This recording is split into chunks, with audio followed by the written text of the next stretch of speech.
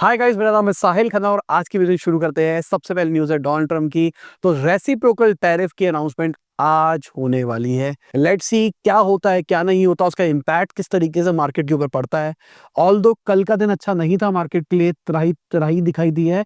First day of financial year अच्छा नहीं था। तो उनका कहना है कि जो जो कंट्रीज ने जितना जितना टैरिफ उनके ऊपर लगा रखा है उतना ही टैरिफ उनके ऊपर लगाया जाएगा, बट हम थोड़ा सा कम करेंगे क्योंकि हम नाइसर बनना चाहते हैं। तो कितना लगेगा, क्या होगा? इंडियन गवर्नमेंट ने तो कहा है कि वो बहुत सारे प्रोडक्ट्स के ऊपर टैरिफ को कम करने वाली है। क्या इंडिया यूएस की डील तब तक हो जाएगी? Let's see. बाकी वोडाफोन आइडिया के शेयर्स की बात करके चले तो कल 25% शेयर्स बढ़ते हुए दिखाई दिए। रीजन क्या है? अगर आपने लास्ट न्यूज देखी हो तो भाई हमने उसमें बताया था कि गवर्नमेंट ऑलमोस्ट 50% के आसपास वोडाफोन आइडिया की होल्डिंग रखने वाली है। सबसे बड़े शेयर होल्डर्स बन जाएंगे। कहीं ना कहीं मुझे लग रहा है कि गवर्नमेंट बीएसएनएल पे ना ध्यान देके वोडाफोन आइडिया पे ज्यादा ध्यान देगी कि भाई चलने दो इनको, करने दो सब कुछ, बाद में इनको सारा खरीद लेंगे। बाकी अगर हम जार की बात करके चले, जो कि एक स्टार्टअप है, उन्होंने प्रोसेस का $50 मिलियन का फंडिंग का ऑफर ठुकरा दिया है। देखो कहानी ये है, इनको जो ऑफर किया गया था वो किया गया था 200 से $250 मिलियन की वैल्यूएशन के ऊपर पैसा। लास्ट जो उन्होंने पैसा रेस किया था 2022 के अंदर, वो भी $250 मिलियन की वैल्यूएशन के ऊपर था। ये चाहते थे कि 300 साढ़े $300 मिलियन के बीच में मिल रहा है, तभी तो अप राउंड दिखाई देगा। अगर आप अपने पुराने आज से 2-3 साल पुराने राउंड के बराबर पैसा उठाते हो तो अच्छा नहीं माना जाता। आइडियली आप चाहते हो उससे ऊपर ही पैसा रेस किया जाए। अगर आप फ्लैट राउंड या डाउन राउंड करते हो तो मार्केट में आपको अगले राउंड में पैसा मिलना मुश्किल हो जाता है। बट इससे बड़ा कंसर्न जो कहा जा रहा है अंदर की बात यह है कि फाउंडर्स चाहते थे अपने शेयर्स को बेचना, सेकेंडरी शेयर सेल, कि भाई अगला राउंड रेस किया जाए, उसमें से अपने भी कुछ शेयर्स को बेच दिया जाए। वो भी नहीं हो पाया क्योंकि जो अर्ली इन्वेस्टर्स थे उन्होंने बोला भाई हमको पहले एग्जिट चाहिए, उसके बाद में आप एग्जिट लेना। नॉर्मली सीरीज सी स्टेज के ऊपर इन्वेस्टर्स नहीं चाहते कि फाउंडर डिल्यूट करे अपनी होल्डिंग को, जिसकी वजह से फाउंडर का मोटिवेशन कम हो सकता है। और मैं मानता हूं इस बात को, आप कैसे भी लाइफ में कर रहे हो, अगर एक बार पैसा आ जाता है ना तो तृप्ति आ सी जाती है। ये मैं अपने पर्सनल एक्सपीरियंस से बता रहा हूँ। बाकी जार के जो नंबर्स की बात करके चले तो वो इंप्रूव होते हुए दिखाई दिए। 2023 के अंदर 23 करोड़ का एआरआर था, जो कि 270 करोड़ पे पहुंच गया। फाइनेंशियल ईयर 25 के अभी डेटाज नहीं निकल के आए हैं। फाइनेंशियल ईयर 24 के अंदर कंपनी लॉस कर रही थी, रेवेन्यू बढ़ता हुआ दिखाई दिया था, लॉसेस इंप्रूव होते हुए दिखाई दिए थे। तो कंपनी वालों को ये कहना है कि भाई अगर हमारे नंबर्स बढ़ते हुए दिखाई दे रहे हैं तो हमारी वैल्यूएशन भी बढ़ती हुई दिखाई देनी चाहिए। बाकी अगर हम स्पिनी की बात करके चले तो उन्होंने $131 मिलियन रेस करे हैं 1.5 बिलियन डॉलर की वैल्यूएशन के ऊपर, जिसमें से $21 मिलियन का सेकेंडरी फंडिंग राउंड भी हुआ है। मतलब ईसॉक को बायबैक किया गया है और जो अर्ली स्टेज बैकर्स थे उनको एग्जिट किया गया है, जो कि बहुत अच्छी चीज है। ईसॉप्स का मतलब एम्प्लॉयज को जो स्टॉक ऑप्शंस मिले थे, अब एम्प्लॉयज के पास में पैसा आ गया है। एक्चुअली जो उनको जुमला दिया गया था, एक्चुअली उसकी वैल्यू निकल के आ रही है। पिनी अभी तक $500 मिलियन रेस कर चुका है। फंडिंग टर्म्स में बात करके चले तो इनका जो रेवेन्यू है वो 3725 करोड़ के आसपास रहा फाइनेंशियल ईयर 24 के अंदर, जहां पर इनके लॉसेस 28% घटने के बावजूद 600 करोड़ के आसपास थे। फाइनेंशियली यूनिट इकोनॉमिक्स वाइज सही नहीं है, बट फंडिंग मिल रही है, अच्छी चीज है। मार्केट शेयर बढ़ता हुआ दिखाई दे रहा है, अगेन अच्छी चीज है। और इसके बीच में एम्प्लॉयज के जो ईसॉप्स है उसको खरीदा जा रहा है, तो लोगों को एग्जिट भी मिल रहा है। बाकी अगर हम शेफ रोबोटिक्स की बात करके चले तो उन्होंने $43 मिलियन रेस करे हैं अपने सीरीज ए राउंड के अंदर। ये लोग करते क्या है, AI powered robotic meal assembly provide करते हैं और इनका प्लान है robotics as a SaaS model grow करने का। तो कंपनी का ऐसा क्लेम है कि उन्होंने 44 मिलियन सर्विंग क्रिएट करी है अपने रोबोटिक ब्रांड के साथ में, जहां पर एमीज किचन, सन बास्केट, शेफ बॉम्बे, सबके सब इनका रोबोटिक्स यूज कर रहे हैं और रियल टाइम में एक्चुअली यूज हो पा रहा है। तो भाई देखा जाए तो जो बल्क वाला काम है, थाली वाला सिस्टम है, या कोई असेंबली वाला है, बर्गर वर्गर बनाना, सैंडविच वगैरह, उसके अंदर बहुत अच्छे लेवल पे ये चीज स्केल हो सकती है। शायद तभी इतना हाई सीरीज ए राउंड के ऊपर पैसा रेस कर पाए। बाकी जोमेटो वालों की बात करके चले तो 600 एम्प्लॉयज को ले ऑफ किया गया है उनके कस्टमर सर्विस ट्रेनिंग प्रोग्राम से, और इसका रीजन कहा जा रहा है कि भाई एआई कहीं ना कहीं नौकरियां खा रहा है। दूसरा जो ग्रोथ है फूड डिलीवरी की वो रुकती हुई दिखाई दे रही है, जिसके चक्कर में इनको कॉस्ट कटिंग करनी पड़ रही है, और कॉस्ट कटिंग के चक्कर में एआई को अडॉप्ट करके लोगों को निकाला जा रहा है। कई एम्प्लॉयज का ये कहना है कि उनको अनफेयर रीजन से निकाला गया है। कुछ माइनर अटेंडेंस इश्यूज थे, या फिर वो एआई के परफॉर्मेंस असेसमेंट के अंदर क्लियर नहीं कर पाए, इसलिए उनको टर्मिनेट कर दिया गया। तो सिंपल सी बात है भाई, कंपनी लॉस करेगी तो कंपनी अपने खर्चे बचाने के लिए कुछ ना कुछ तो करेगी ही। बाकी हमारी गवर्नमेंट का प्लान ये है, अगर आप कोई टू व्हीलर लेते हो तो आपको हेलमेट फ्री दिया जाए, आईएसआई मार्क वाला। अब जिस कंपनी को उसका टाई अप मिलेगा उसके भाई रेवेन्यू बढ़ता हुआ दिखाई देगा, उनके लिए बहुत बड़ी चांदी होने वाली है। गवर्नमेंट का ऐसा, नितिन गडकरी जी का ऐसा कहना है कि हेलमेट देने की वजह से एक्सीडेंट रुकते हुए दिखाई देंगे, बहुत सारे टू व्हीलर एक्सीडेंट्स होते हैं वगैरह वगैरह। बट मेरा ऐसा ओपिनियन है, लोग हेलमेट जान करके नहीं पहनते, लोगों के पास हेलमेट होता है, घर पे पड़ा होता है, छोटे से काम के लिए क्या उठाना है, या आगे लटका लेते हैं या साइड में रख लेते हैं और बिना हेलमेट के चलाते हैं।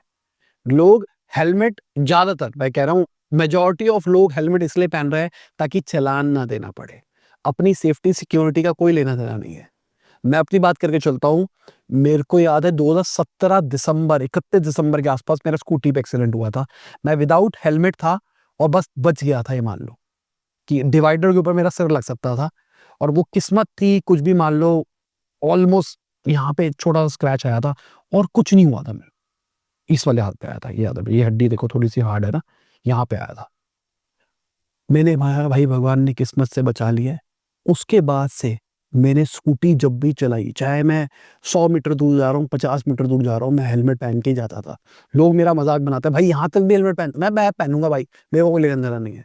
उसके बाद में फिर मैं जब गाड़ी वाला हुआ तो मुझे लगा कि स्कूटी रिस्की थी, गाड़ी इज बेटर। अब मैं गाड़ी वाला ही हो गया, स्कूटी वाला छोड़ ही दिया मैंने अपने आप को। स्टार्टिंग में मुझे थोड़ी इनकन्वीनियंस लगती थी कि यार स्कूटी होती तो मैं इस जाम से ढूंढूं करके निकल जाता, यार इन गलियों में फंसने की जगह कि भाई गाड़ी इतनी दूर खड़ी करनी पड़ रही है, स्कूटी होती तो मैं अंदर ही ले जाता है। तो बहुत बार ऐसे थॉट आते थे, बट अभी ऐसा लगता है कि भाई गाड़ी से बढ़िया कोई चीज नहीं है। और गाड़ी वाले भी क्या करते हैं, बेल्ट ना सिर्फ चालान से बचने के लिए लगाते हैं। मेरी जान पहचान में कुछ लोग हैं, उन्होंने अमेज़न से कुछ मंगा रखा है, वो बेल्ट के अंदर कहीं पे लग जाता है, जिसकी वजह से आपकी गाड़ी टू नहीं करती। आजकल जो मॉडर्न कार्स आ रही है ना, उनमें क्या है, अगर आप बेल्ट नहीं लगाते तो अलार्म बजता रहेगा, तो उसको भी तोड़ निकाल रखा है लोगों ने। तो सिंपल सी बात भाई, ये सेफ्टी सिक्योरिटी वाली चीजें ध्यान रखो अपना। मेरे को तो जिंदगी ने सही टाइम पे सिखा दिया था। वीडियो में आगे जाने से पहले आपको याद दिलाना चाहूंगा, आपने लाइक का बटन नहीं दबाया, लाइक का बटन दबा दो, चैनल को कर दो सब्सक्राइब। मैं ऐसे ही डेली बिजनेस न्यूज आपके लाता रहता हूँ। बाकी गवर्नमेंट जो इलेक्ट्रिक बस की सब्सिडी है उसको भी घटाने का प्लान कर रही है। इससे कहीं ना कहीं जो अलग अलग स्टेट गवर्नमेंट्स है उनको नुकसान होता हुआ दिखाई देगा, क्योंकि उनके खर्चे बढ़ जाएंगे। सेंट्रल गवर्नमेंट से उनको सब्सिडी मिलती थी बस खरीदने के लिए, तकरीबन 20 से 35 लाख रुपए का डिस्काउंट मिल जाता था एक तरह से बस के अंदर, क्योंकि इतना पैसा उनको सब्सिडी की फॉर्म में मिल जाता था। पर अब वो नहीं मिलेगा। भाई दिल्ली की सरकार तो अभी बनी है, दिल्ली को बहुत सारी बसें लेनी थी और अभी ये वाला रूल पास कर दिया गया। पहले दिल्ली को बस दे रहे थे, उसके बाद में कर लेते।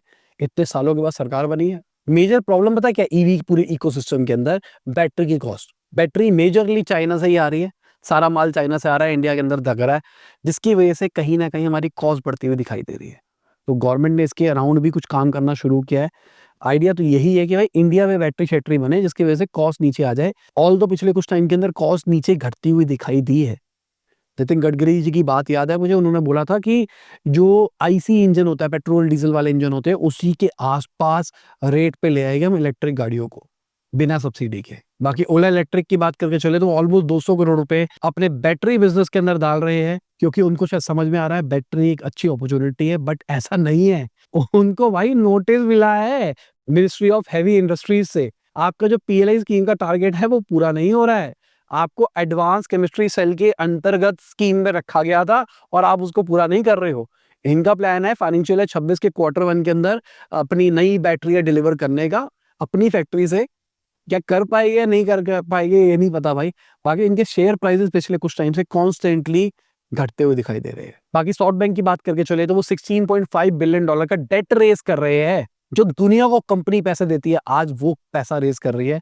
रीजन क्या है भाई, ओपन एआई के अंदर इन्वेस्टमेंट करनी है। ये जो लोन है 12 महीने के टर्म के ऊपर लिया जा रहा है, और ये सबसे बड़ा लोन होगा अगर डॉलर टर्म्स की बात करके चले सॉफ्ट बैंक का। अभी रिसेंटली ओपन एआई ने $30 बिलियन रेस किया, $300 बिलियन की वैल्यूएशन के ऊपर, जिसमें पार्शियल पैसा मिला है। राउंड को लीड कर रहा था सॉफ्ट बैंक, जहां पर $7.5 बिलियन दे दिया गया है, और जो बचा हुआ पैसा है वो 2025 के एंड तक आएगा। मतलब हम कह सकते हैं ओवरऑल सबके पैसों की बात करके चले तो $10 बिलियन मिल गया है, $30 बिलियन अभी आना है। तो मतलब सॉफ्ट बैंक वालों को पैसा चाहिए पैसा रीपे करने के लिए, इसलिए वो पैसा रेज करने का प्लान कर रहे हैं। और सवाल ये निकल के आता है कि ओपन एआई इतना पैसा क्यों रेस कर रहा है, क्योंकि भाई डीप सीक बढ़ता हुआ दिखाई दे रहा है। चाइना का एक एआई कॉम्पिटिटर निकल के आता है, वो इतनी तेजी से आगे बढ़ता है कि वो ओपन एआई से आगे निकल जाता है। डीप सीक ने मंथली विजिट के अंदर चैट जीपीटी को ओवरटेक कर लिया। अगर हम न्यू मंथली वेबसाइट विजिट्स की बात करके चले तो फरवरी 2025 का डेटा है ये, जहां पर डीप सीक ने 524.7 मिलियन न्यू विजिट्स रिकॉर्ड करे। चैट जीपीटी ने 500 मिलियन विजिट्स रिकॉर्ड करे। डीपसीक का मार्केट शेयर भी बढ़ता हुआ दिखाई दे रहा है, जो कि पहले 2.34% था, अब वो 6.58% जाता हुआ दिखाई दिया फरवरी के महीने के अंदर। तो कहीं ना कहीं इनसे compete करने के लिए ओपन एआई को काम करना पड़ेगा, क्योंकि अभी एआई वाली जो गेम है ना, वो बहुत ही ज्यादा कॉम्पिटिटिव होती हुई दिखाई दे रही है। चाइना की तरफ से जो बहुत सारे लो कॉस्ट वाले मॉडल्स निकल गया है, उसकी वजह से कंपटीशन बहुत खतरनाक हो रहा है। बाकी अगर ये एआई वीआई के बारे में आपको कुछ देखना है तो हमारा दूसरा चैनल है लपास टेक के नाम से, जहां पर मैं टेक न्यूज कवर करता हूं और मेजरली टेक्नोलॉजी न्यूज कवर करता हूं। आपका दिमाग खुलेगा वहां पे, टेक्नोलॉजी में क्या क्या चल रहा है, एआई की दुनिया में क्या चल रहा है। डब्बा खोलो मूवमेंट नहीं कर रहे हैं कि भाई ये नया फोन आया देखो वाह वाह ओए क्या एक्सपीरियंस, वो नहीं कर रहे हैं और ना शायद करेंगे। बहुत पैसा मिल जाएगा तो कर लेंगे। बाकी हुआवे की बात करके चले तो उन्होंने $41 मिलियन का लॉस रिपोर्ट किया है दिसंबर क्वार्टर के अंदर। बहुत सरप्राइजिंग था बहुत सारे लोगों के लिए, मेरे लिए भी था, बट अगर इसको पूरा अंडरस्टैंड करोगे तो आपको लगेगा लॉजिकल है, क्योंकि उन्होंने बहुत ज्यादा पैसा खर्च किया है अपने R&D के ऊपर। तकरीबन $24.74 बिलियन खर्च किया गया है। ओवरऑल कंपनी का 9.5% का रेवेन्यू ग्रोथ दिखाई दी है, तो रेवेन्यू बढ़ा है, बट फिर भी कंपनी ने लॉसेस रिपोर्ट किए क्योंकि R&D में वैसा खर्च हुआ है। अब R&D में क्या हुआ है, अपना खुद का ऑपरेटिंग सिस्टम बनाए हैं, अपनी खुद की चिप बना रहे हैं। ये कहीं ना कहीं एनवीडिया का जो एआई सर्वर चिप है उससे compete करने के लिए अपनी चिप्स बना रहे हैं, तो इसलिए पैसा खर्च करा जा रहा है। धीरे धीरे करके बिजनेस बन जाएगा, बट बहुत सालों में पहली बार लॉस रिपोर्ट किया, तो कई लोगों के लिए शॉकिंग था, मेरे लिए भी। जब मैंने पहली हेडलाइन पढ़ी कि हुआवे ने लॉस रिपोर्ट किया, मैंने कहा हैं ये कैसे हुआ। इनका जो स्मार्ट ड्राइविंग सॉल्यूशन सेगमेंट है वो प्रॉफिटेबल होता हुआ दिखाई दिया है, पहली बार 4 गुना इनका प्रॉफिट बढ़ता हुआ दिखाई दिया है पिछले साल से अगर कंपेयर करके चले तो। इनका जो क्लाउड कंप्यूटिंग डिवीजन है वो 8.5% से बढ़ता हुआ दिखाई दिया है। रीजन क्या है, एआई की डिमांड बढ़ती हुई दिखाई दे रही है, यूएस के सैंक्शंस लगे हुए हैं, इस चक्कर में इन्हीं का ऑप्शन रह गया है। बाकी चाइना के अंदर टेस्ला भी लड़ने के लिए कुछ नई स्कीम्स निकाल के लेके आ रहा है, जहां पर 0% इंटरेस्ट के ऊपर 3 साल के लिए मॉडल बाय चाइना के अंदर दे रहा है। वो 1% ब्याज के ऊपर 5 साल तक के लिए लोन दे रहा है। भाई बहुत बढ़िया चीजें है अगर देखा जाए तो। बाकी नाइटेंडो की बात करने चले तो वो अपनी प्रोडक्शन को चाइना से शिफ्ट कर रहा है, क्योंकि भाई यूएस सैंक्शंस का गेम चल रहा है ना। आपको यूएस में जो डिवाइस बेचनी है वो चाइना से आएगी तो महंगी आएगी, इस चक्कर में अपनी प्रोडक्शन को शिफ्ट कर रहे हैं। इन्होंने अपना पूरा सप्लाई चेन को रिस्ट्रक्चर किया है। अगर यूएस के अंदर डिवाइसेस भेजने की बात करके चले, अब इनके जो हार्डवेयर है वो वियतनाम से बन के निकल के आ रहे हैं। बाकी आइसोमॉर्फिक लैब्स की बात करके चले तो उन्होंने $600 मिलियन रेस करे हैं। ये गूगल बैक कंपनी है और ये दवाइयों बनाने वाली कंपनी है, जो कि एआई का यूज करके दवाइयां बनाएगी और बहुत सारी बीमारियों को क्योर ला सकते हैं। गूगल बैक्ड है। और अगर हम अल्फाबेट की बात करके चले तो उनकी भी एक हेल्थ सब्सिडरी है जो इसी टाइप का काम कर रही है। बाकी मार्केट की बात करके चले तो भाई अच्छा नहीं था कल का दिन, त्राही त्राही टाइप दिखाई दी। उम्मीद था कि भाई मार्केट क्रैश ही करेगी, क्योंकि ग्लोबल सेंटीमेंट्स वैसे आ रहे थे, पर मुझे कहीं ना कहीं ऐसा भी लग रहा था कि सब लोग रुक सकते हैं, क्योंकि भाई 2 तारीख आएगा उसके बाद में सब डिसाइड करेंगे। ऑल्दो आज भी डोनाल्ड ट्रंप के सेंटीमेंट्स का असर 2 तारीख को आज नहीं पड़ेगा, क्योंकि रात को आएगी वाली खबर और इसका इम्पैक्ट पड़ेगा कल के सुबह के मार्केट कैसे निकलेगी। बाकी रिपोर्ट्स की मान के चले तो आरबीआई भी 7 से 9 अप्रैल के अंदर अपने रेपो रेट को फिर कम कर सकती है, 0.25% 6% पे ले जाएगी। बाकी ओवरऑल मार्केट हालात देख लो कैसी रही, 1.5% निफ्टी घटता हुआ दिखाई दिया, ऑलमोस्ट 1% के आसपास स्मॉल कैप मिड कैप जाता हुआ दिखाई दिया है। बाकी इसी के साथ में आज की वीडियो खत्म होती है। उम्मीद करता हूं आपको मजा आया होगा। लाइक कर देना, शेयर कर देना, कमेंट बताना वीडियो कैसी लगी। बाय, गुड नाइट, खुदा हाफिज, गुड मॉर्निंग, गुड आफ्टरनून, जब भी आप वीडियो देख रहे हैं। जय हिंद, वंदे मातरम, दुआ में याद रखना।